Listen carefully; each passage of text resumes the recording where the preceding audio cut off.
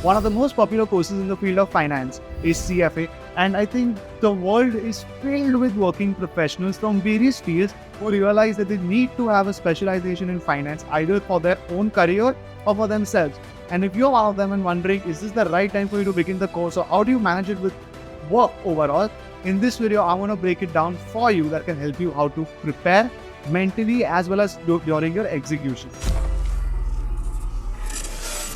What does a working professional, first of all, what do I mean by that? It means you're done with your bachelor's degree, you're done with your master's degree, and you are more or less working full time, and you want to take an additional qualification like the CFA. A working professional is anybody who is working full time and is wanting to take up this qualification to somehow parallelly study along with their work.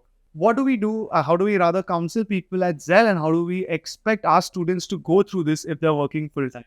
First of all, take around 6 to 9 months per level. So there are 3 levels of CFA. If you want more details, we made a detailed video on course details for CFA. Please have a look at that. So take 6 to 9 months per level. Let's talk about level 1. So level 1 is definitely easy compared to level 2 and level 3, but it requires a lot of discipline, a lot of direction, a lot of scheduling, which is all what we do. And the way we suggest students is, or candidates rather, is number 1, we have something called pre-learning.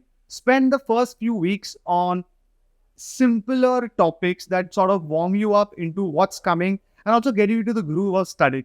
There comes the actual studying of the 10 subjects of level 1, which is more or less you study after work on weekdays 3 to 4 to 5 times a week, or on weekends 4 to 5 hours on a Saturday and a Sunday. You will have to give a little extra time. I know that people genuinely have a lot of things, but this investment in the long run is going to pay off.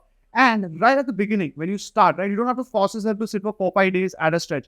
You can ease out a little bit as long as you're attending the training, as long as you're following what the professor is saying, and more or less you're covering up your syllabus, you're doing what is asked to do at home, you're studying what you need to for things such as test and mock exams, you'll be on track. Further, CFA has made changes this year, which you specifically should know. If you want to understand more, again, have a look at our video on CFA changes. In this video, what's important is they have reduced some of the content of CFA, which will be actually tested because they want that the candidates understand these part of the syllabus from their existing knowledge, or there are certain institute notes which you study and you get the hang of it. So there is more self-paced learning, which makes it easier for you guys to manage your work, and sort of this is more important to get into the zone of studying. And once you get into the zone of studying, as long as you stick, like I earlier mentioned, to weekday or weekend training, you will be on schedule.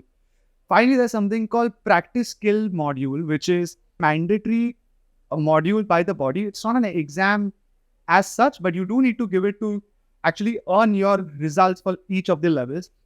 And in level 1, for example, you have to choose between Python and financial modeling. Now, level 2, it's between Python, financial modeling, data science. And now what happens is you choose any one. Let's say in level 1, you choose financial modeling. It's around 15 to 18 hours. You can do it by yourself. Our suggestion is do it just after the exams immediately, or if you have the time and the energy during your studies, you do it that time. Now, coming back to the actual studying part of it, you take a few months to study each of the topics, but we would suggest that you take a longer time for revising because that's where you need a lot of push. Working professionals might not have the drive or the energy to self-study enough to prepare for the exam. That's where, again, we suggest that people should rely on tutors, rely on people who've completed, and most importantly, rely on mock exams. I say this for anybody I counsel, that the key is giving mock exams. You give one mock exam, for example, on a Saturday, lock yourself in a room in this exam condition that you'll be facing and appear. No shortcuts. Give the exact answer on the computer the way you would in the real exam. It will be difficult, but that's what you want. Do that again the second time, again a third time. You'll be so much better off, but by the fourth time, which is the real exam, you are more or less not going to be deterred by anything but the actual exam. Be done with the exam, appear for your PSM, and you will have your level 1 exams before you know it. Then you start the same process for level 2 and level 3, and hopefully in between 2 to 3 years, you should be done with CFA as a working professional.